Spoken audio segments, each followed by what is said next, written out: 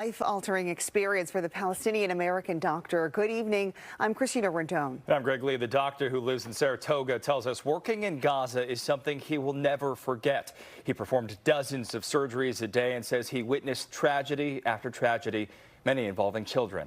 New at 10, KTVU's Joey Horta joins us now after speaking with the doctor. Joey, he says the devastation in Gaza is overwhelming. Absolutely. He just got back from this medical mission, Greg and Christina, putting his own life in jeopardy, that is, to save innocent civilians caught up in this conflict. And as he recounts the horrible images that are now seared into his mind, we want to warn you, you may find this disturbing.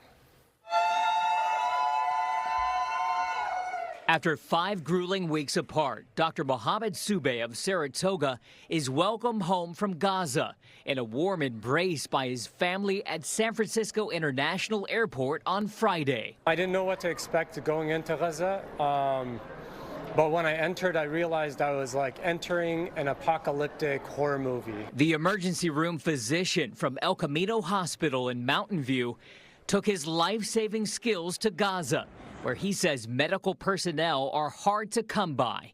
He teamed up with the International Medical Corps to help civilian victims of the conflict between Israel and Hamas, putting himself in harm's way. There's missile strikes everywhere. With drones constantly overhead, armed with machine guns, the traumatic experience was something he wasn't ready for.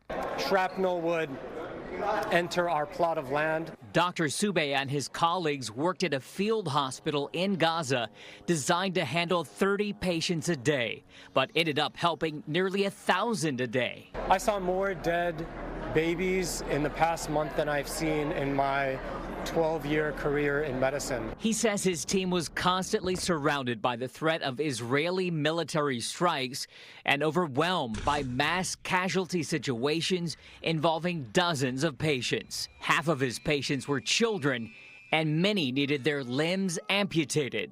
Many of whom lost their parents. Dr. Subeh did what he could to console the survivors just by being there and holding them, like his own family did for him after weeks apart. We've been extremely worried about him, as well as worried for all the people in Gaza right now. To have him back is it's a relief.